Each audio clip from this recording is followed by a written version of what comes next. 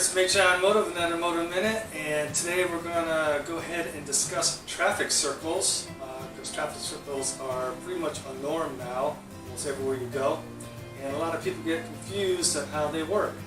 And it actually is really simple because all it is a big intersection. So treat it like an intersection and everything will work out. And what I mean is you've got two lanes going into the traffic circle.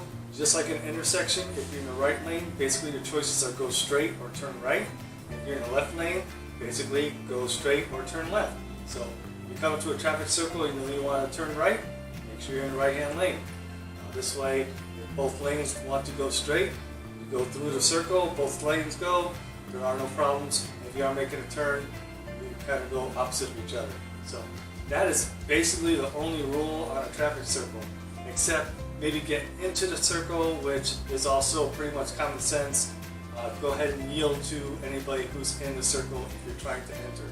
So just like merging onto a freeway. There's a car coming, that car's gone, merging behind, and you're all set to go. It's your turn, and you get to go through without incident. So hopefully that puts a light on traffic circles for you. Once again, it's H&I's Motor Minute. Go ahead and subscribe to my channel, like us on Facebook, and follow me on Instagram.